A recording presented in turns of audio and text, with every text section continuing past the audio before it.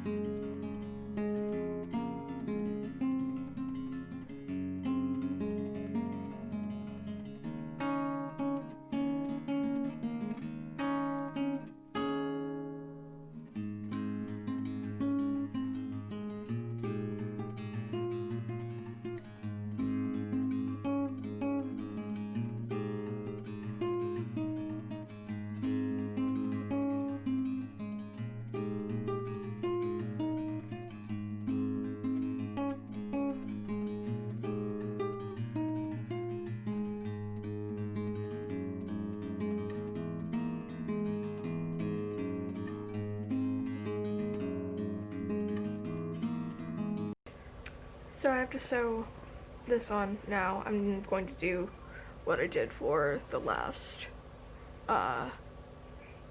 leg of the drawers. I'm going to use a back stitch this time though, because that seems like it'll hold better and like it'll use more thread, but I'm more concerned with the durability than thread waste at this point.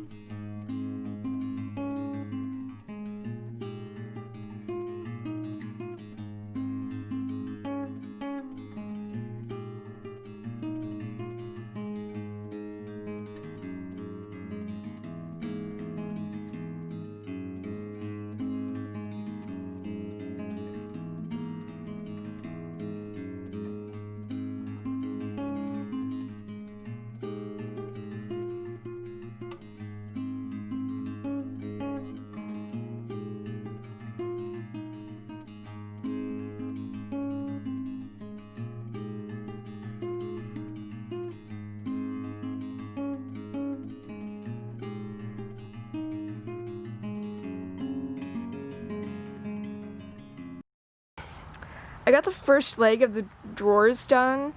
I got the lace sewn on, and I also got the facing strip sewn on. If you can see how tiny those stitches are, I'm so proud of them.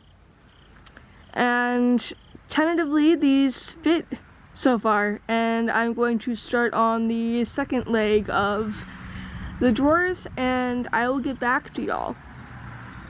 More than several hours later, I have the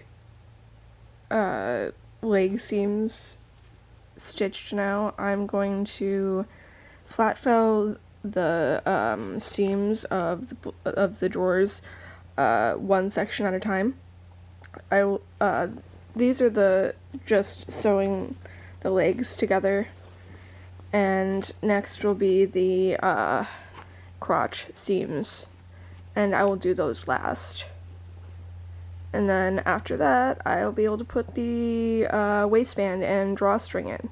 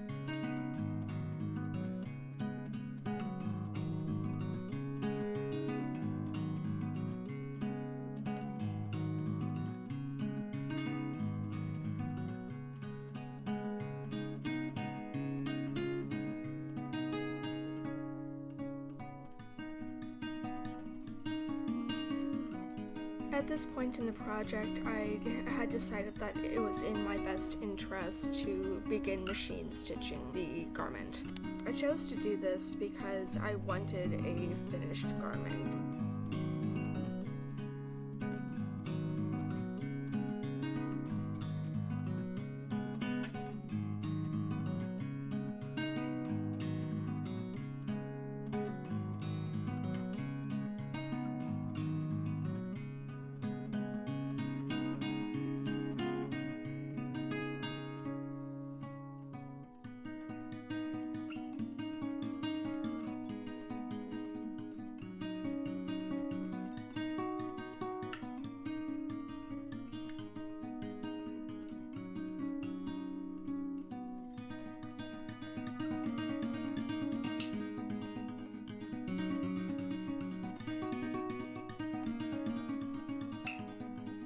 So after hours of machine stitching and meticulous hand finishing of seams, I finally finished the drawers.